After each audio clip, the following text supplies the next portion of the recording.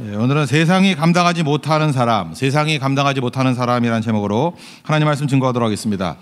이 히브리서는 근본적으로 우리가 분류를 할 때 서신서로 분류를 하는데, 이게 학자들이 이게 읽어보면은 이건 단순하게 서신이라기보다는 설교문에 가깝다 이렇게 얘기를 합니다. 그러니까 처음부터 마지막까지 한 편의 설교문이라는 거예요. 설교문을 작성하다가 이제 흥분이 된 거예요. 이제 막 설명을 하다가 다 할 수는 없잖아요. 그래서 분명히 흥분을 했습니다. 그래서 오늘 32절을 보니까 내게 시간이 부족하리로다. 그래서 6명만 나열하잖아요. 여기 보니까 기드온, 바락, 삼손, 입다, 다윗, 사무엘. 근데 순서가 틀려요. 흥분해가지고. 그죠? 기드온, 바락이 아니라 바락, 기드온이고요. 그 다음에 삼손, 입다가 아니라 입다가 먼저예요. 입다, 삼손. 뭐 다 알잖아요. 사무엘이 먼저죠. 사무엘, 다윗. 이렇게 그러는 거예요. 이게 흥분이 될 땐 그럴 수 있죠. 요한복음 20장 30절에도 보면은 막 다 기록하다가 야 지면이 부족하도다 뭐 이런 말씀이 나오잖아요. 이 책에 기록한 것 말고도 다른 표적이 무지하게 많이 있는데 오직 이것만 기록한 것은 지면이 부족해서 뭐 이렇게 표현하잖아요. 그러니까 이런 흥분 때문에 있다라는 것입니다. 그래서 오늘 이 본문에서 우리에게 말하는 게 뭐냐면 이거예요. 믿음이라는 거는 특별한 사람의 모습이 아니라 이게 약한 사람이라 할지라도 믿음이 들어가면 이렇게 세상이 감당하지 못하는 놀라운 사람이 된다는 것입니다.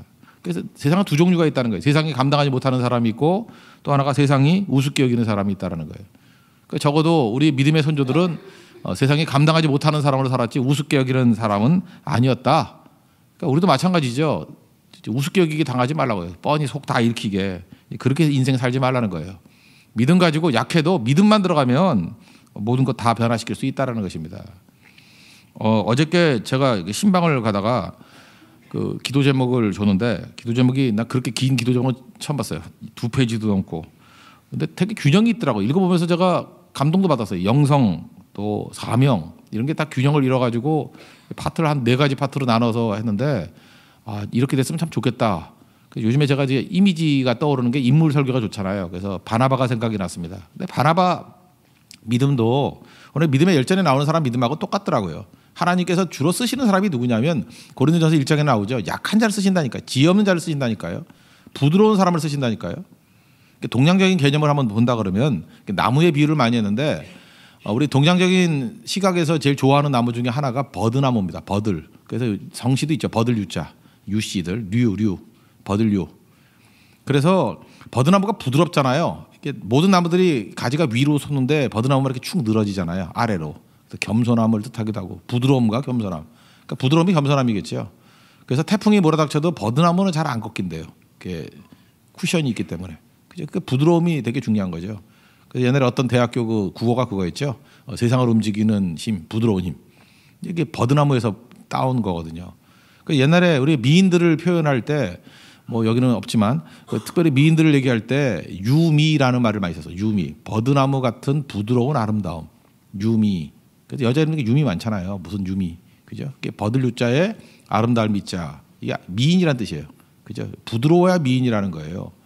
그 다음에 이게 허리가 날씬한 허리를 갖다가 유요 그랬어요. 유요 잘 안 쓰는데 유요 버드나무 같다라는 게 되게 멋진 거예요.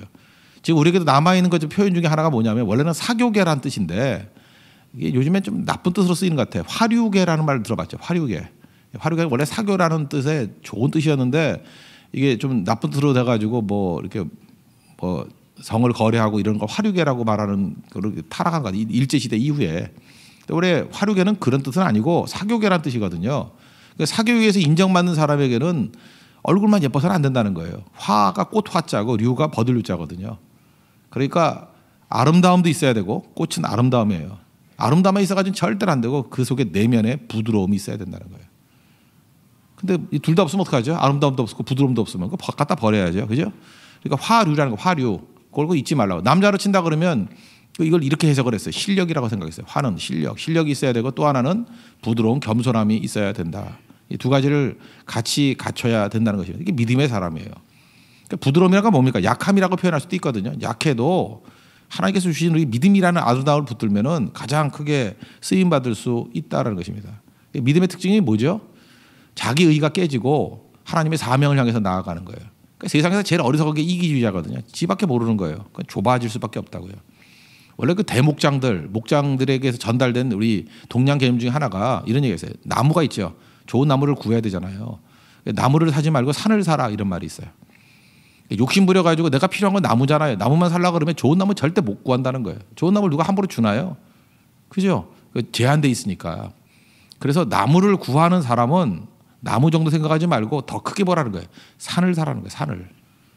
그러다 보면 어떤 일이 벌어집니까? 좋은 나무도 얻을 뿐더러 처음에는 자기가 나무만 필요했잖아요. 시간이 지나고 나면 자기가 생각지도 않았던 그게 하나님의 섭리인데 더 크게 인도해 줄 때가 있어요. 거기서 광물이 나올지 어떻게 알아요? 그죠? 거기서 나중에 그게 중요한 위치의 땅이 될지 누가 아냐고. 처음에는 자기가 그냥 희생한다는 생각 가지고 사명감을 가지고 나무가 필요하기 때문에 더 많이 손해보고 그냥 산을 사줘야지 이렇게 생각을 했는데 시간 지나고 보니까 그때 당시 나무가 필요했지만 그 결정 때문에 훨씬 더 큰 거를 얻는 결정이 될 수도 있다라는 거예요. 지금 중국의 최대 기업 중에 하나가 알리바바 아닙니까? 알리바바, 마윈의 알리바바. 그거 원래 크게 될 때 손정희 씨, 제일동포 손정희 씨가 200억 투자했어요. 물론 우린 서민들이 볼 때 큰 돈이지만 뭐 그렇게 큰 돈은 아니었어요. 200억. 지금 60조거든요. 이해를 잘 못한다 그러면 1억 투자했는데 3천억을 번 거예요. 이해가 안 되나? 1,000만 원을 투자했는데 300억을 번 거예요. 300억은 좀 오죠 감이. 나누나요? 100만 원을 투자했는데 30억이 된 거예요. 100만 원 이렇게 뭐 100만 원을 투자할 수 있잖아요. 근데 10억짜리 아파트 3채가 생긴 거예요. 그럼 어떤 건지 알겠죠? 그거 도와주려고 한 거예요. 그게 도와주려고. 아, 이 사람 거 괜찮은 사람이네. 도와주겠다. 그러니까 살을 한 거죠. 나무만 필요했는데. 근데 이렇게 엄청난 일이 벌어지지 않습니까?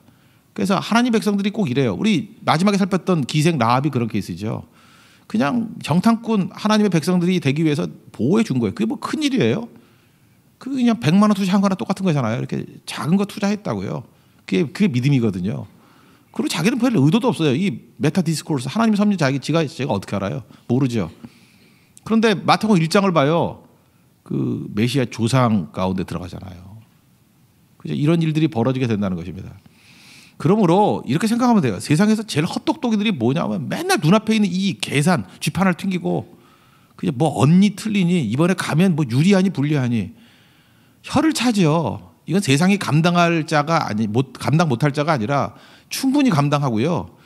그런 사람 충분히 감당해요. 충분히 감당할 뿐만 아니라 우스워요. 그런 사람이 여러 사람이 있으면 개그 콘서트를 볼 필요가 없어. 그냥 쳐다만 봐도 웃겨. 저런 밥통들이 다 있나. 쿠쿠 왔네. 그죠? 쿠쿠 1, 2, 3. 부부가 쿠쿠도 있어요. 부부가 쿠쿠야. 아나니아 사피라. 이렇게 되면 안 되겠죠. 그러니까 믿음이라는 게 뭐예요? 약하더라도 부드럽더라도 다 모르거든요. 그래서 우리의 클래스를 바꾸게 만들고 스케일을 바꾸게 만드는 능력이 하나님의 말씀이 있다는 거예요.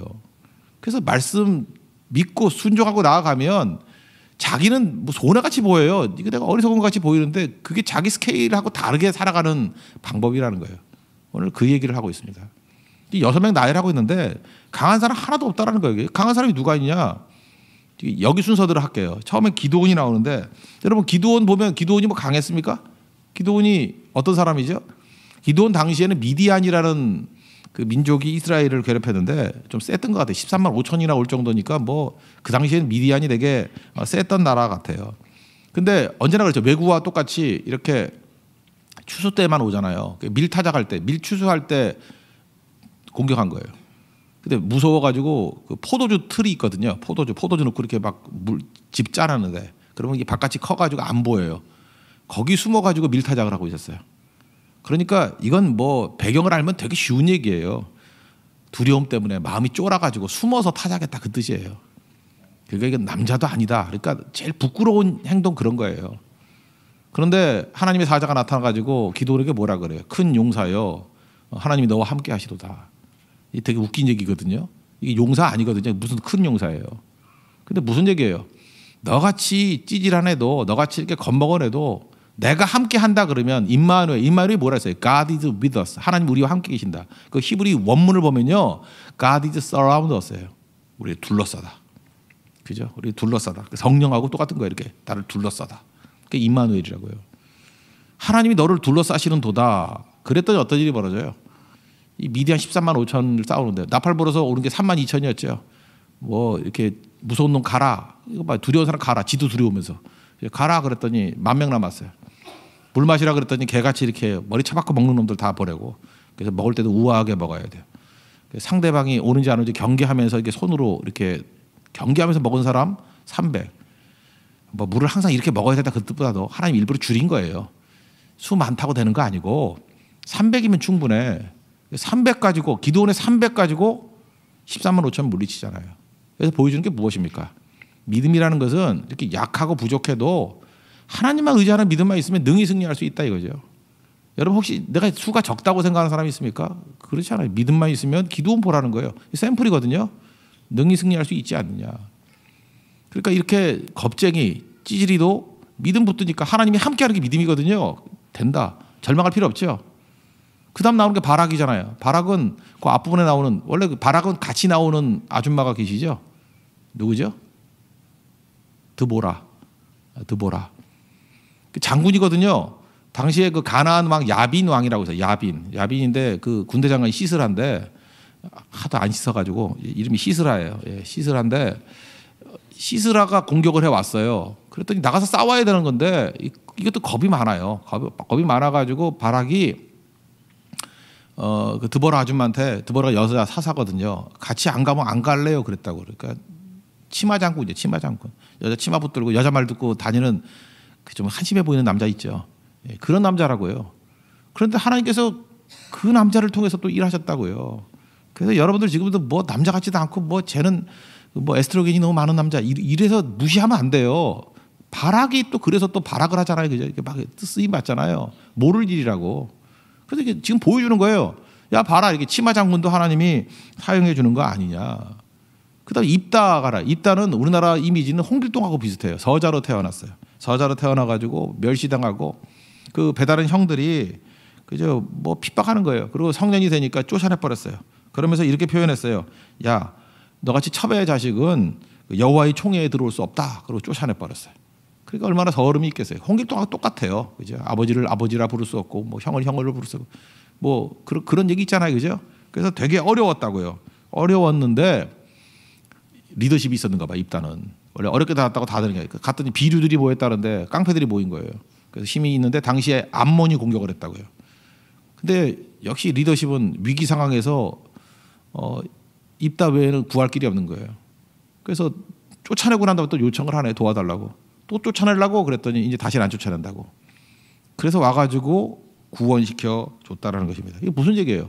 입다의 믿음을 얘기하는 건데 신분이 아무리 미천하다 할지라도 태생이 부족하다 할지라도 믿음 들어가면 된다라는 거예요. 이 샘플 하나씩 들어주는 거예요 지금. 나는 뭐 지금 혈통이 안 좋아가지고 집안이 안 좋아가지고 못한다. 그런 거 없다라는 거예요. 그게 어딨냐. 하나님께서 그를 통해서 일하신다는 거죠. 삼손 얘기하는 거예요. 삼손은 어떤 사람이죠? 능력 이렇게 많이 받는 사람이 어디 있습니까? 머리카락 긴 거 알죠? 삼손은 지금도 있잖아요. 가방 샘소나잇. 삼손족 아니에요. 삼손족. 튼튼하다. 삼손족. 그죠? 샘소나잇 거기 나오잖아요. 삼손은 엄청난 능력을 갖고 있었는데 그 나시인이라 그러죠. 세 가지 하면 안 됐거든요. 그 술 마시면 안 되고 시체 만지면 안 되고 머리 자르면 안 되고 다 해서 다 술 퍼마시고 여자 뒷공무니 쫓아다니고 그다음에 시체 뭐 장난치듯이 만들고 죽은 사자도 만지고 그다음에 머리 잘리잖아요. 두 눈 뽑히고 사명 다 잃어버렸어요. 가장 비참하죠. 가장 능력을 많이 받고 가장 비참하게 된 케이스 삼손이에요. 여러분 가운데 혹시 그런 사람 있습니까? 받은 건 많은데 아무것도 못해가지고 두 눈 뽑히고 비참하게 된 모습. 그런데 마지막 죽기 직전에 하나님께 능력을 구했어요. 믿음의 능력을 구했어요. 그랬더니 살아있을 때 죽인 자보다 그 마지막에 죽이는 블레셋 사람이 더 많았다 그러잖아요. 이걸 믿음으로 여긴 거예요. 끝났다고 생각하는 사람이 있어요. 나는 인생 끝났어. 종쳤어. 종친 게 어디 있어요. 종칠 때 자살 생각하지 말고요. 삼손을 생각하라고. 한 판의 승부를 통해서도 더 많은 일을 했던 삼손이 믿음의 열전에 들어가 있다고 잊지 말아요. 그러니까 절망할 사람이 없죠. 누가 절망해요. 뭐 사무엘은 어떻습니까? 뭐 태어나지 못할 사람이었잖아요. 엄마가 기도해가지고 낳아내고. 다윗은 또 어때요? 간단히 뭐 알잖아요. 말제 아들이고 그 시편 27편 7절에 보니까 부모는 나를 버렸으나 여호와는 나를 버리지 않는다. 부모에게 버림받고 아들 취급도 못 받았어요. 근데 이스라엘 왕이 되잖아요. 그죠? 여기서 다윗은 그렇게 약한 가운데서 쓰임 받았던 믿음의 사람의 케이스로 잠깐 쓰임 받는 거예요. 잘 나열한 거예요 지금. 맥락을 아시겠죠? 그래서 이 맥락에서 우리가 이해할 수 있는 게 뭐예요? 절대로 우리는 절망해서는 안 된다는 거고 환경 탓하면 안 된다는 거고 다 핑계라는 거죠. 아무것도 없어도 괜찮아요. 아무것도 없어. 고린도서 12장 10절하고 똑같은 거죠. 우리가 뭐 약함에 놓여 있고 궁핍에 처해 있고 박해가 있고 뭐 온갖 것 우리 부정적인 단어 다 나열해도 돼요. 그런 거에 놓였다 할지라도 약할 때 강함 되신다는 거예요. 뭐가 있으면요? 믿음만 있으면. 그래서 저는 목회가 너무 신납니다. 왜 신나냐 하면은 뭐 사람의 조건에 관계없이 할 수 있는 게 목회니까. 약하면 약할수록 더 좋으니까. 우리 잘 보세요. 다 기도원 아니에요. 그죠? 기도원 발악. 그 부인 안 나오면 부인 허락받고 교회 나오는 친구도 있잖아요. 나 그래 쪼다가 다닌다 그런 생각이 들어요. 저녁 예배를 못 있어. 부인이 집에 가자 그러면 또 쫓아가고. 그 발악이에요. 내가 혼자 싸서 발악. 그죠? 그 기도원 발악 이런 사람들이에요. 그리고 입다같이 너무 환경에 앉아요. 부모님 이혼했고 처가댁 이혼했고 뭐 자기 동생네 이혼했고 누나 이혼했고 뭐 이런 사람도 있다 그래요. 그죠? 그런 상황 속에서 보는 게 뭐예요? 입다예요. 입다. 그죠? 이 사람을 통해서 민족이 구원받을 거라고. 삼손도 마찬가지죠. 사명 다 저버려가지고 되게 우리 같이 개척교회는 여기저기 교회에서 망하고 온 사람 많잖아요. 그죠? 그래서 질이 안 좋을 수 있어. 왜냐하면 다 망했으니까 이거 같이 좋으면 왔겠어? 그죠? 죄송합니다. 또 너무 치부를 찔러가지고. 그래도 괜찮다니까. 삼손이랄까 삼손. 머리만 기르면 돼요. 두 눈 뽑아도 괜찮아요. 한 번은 써먹을 수 있어. 그게 얼마나 좋아요. 그죠? 우리 인생이 그래요. 그러니까 절망할 게 하나도 없다니까요. 하나님 나라에 쓰레기통이 없다고요. 다 쓰임 받는다는 거예요. 그래서 믿음 붙들고 나아가면 성경이 뭐라 그래요? 세상이 담을 수가 없대요. 감당이 안 된대요. 그러니까 우리는 누구나 다 믿음의 사람이 돼야 되죠. 그러니까 시작은 뭐가 됐든 간에 이거 예외가 없어요. 우리는 다 믿음 사람 돼야 돼요. 믿음의 사람이 되면은 세상이 감당치 못하는 놀라운 일들이 벌어진다는 것입니다. 믿음의 사람 되십시오. 그 은혜가 임하기를 원합니다. 근데 마지막 이게 스토리가 뭐냐면 39절 40절인데 믿음의 사람들 읽으면서 우리가 기가 팍 죽잖아요. 와 이거 대단하네. 이거 세상이 감당치 못할 사람들이네. 근데 39절 40절에 뭐라 그러냐면 우리가 더 대단하다 이런 얘기예요. 우리가 더 대단하다. 그들은 아직도 온전한 약속을 받은 게 아니다. 39절을 그러잖아요. 약속된 것을 받지 못하였나니 이게 이제 신약이거든요. 신약. 원래 신약이라는 말이 그게 그 앞부분에 나오는데 예레미야에 나오는데요. 예레미야서에 31장 31절 거기 보면 이런 얘기가 여호와의 말씀이니라 보라 날이 이르리니 내가 이스라엘 집과 유다 집에 새 언약을 맺으리라. 요 새 언약 여기서 신약이라는 말을 쓴 거예요. 그 뉴 테스타먼트라는 단어를 새 언약 신약의 핵심은 예수님이거든요. 그러니까 이들은 예수님을 아직 알았어요 몰랐어요? 몰랐죠. 그래서 마지막 40절에 뭐라 그래요? 이는 하나님이 우리를 위하여 더 좋은 것을 예비하셨은즉. 이게 뭐예요? 예수님 모를 때도 그림자로서 예수님 있을 때도 이렇게 쓰임받지 않았느냐. 근데 우리는 예수님을 아는 그런 자들이라는 거예요. 우리가 아니면 그들로 온전함을 이루지 못하게 하려 하심이라. 심지어 뭐라 그러냐면요. 믿음이 이렇게 대단한 사람들조차도 우리가 있어야 믿음이 완성이 이루어진대요. 우리는 누구를 알고 있어요? 예수님을 알고 있어요. 그래서 이 믿음의 열정 뭐 아브라함부터 시작해서 모세 뭐 대단하죠. 뭐 이런 어마어마한 여호수아 이 대단한 사람들도 누가 완성시켜줘요? 우리가 완성시켜준다는 거예요.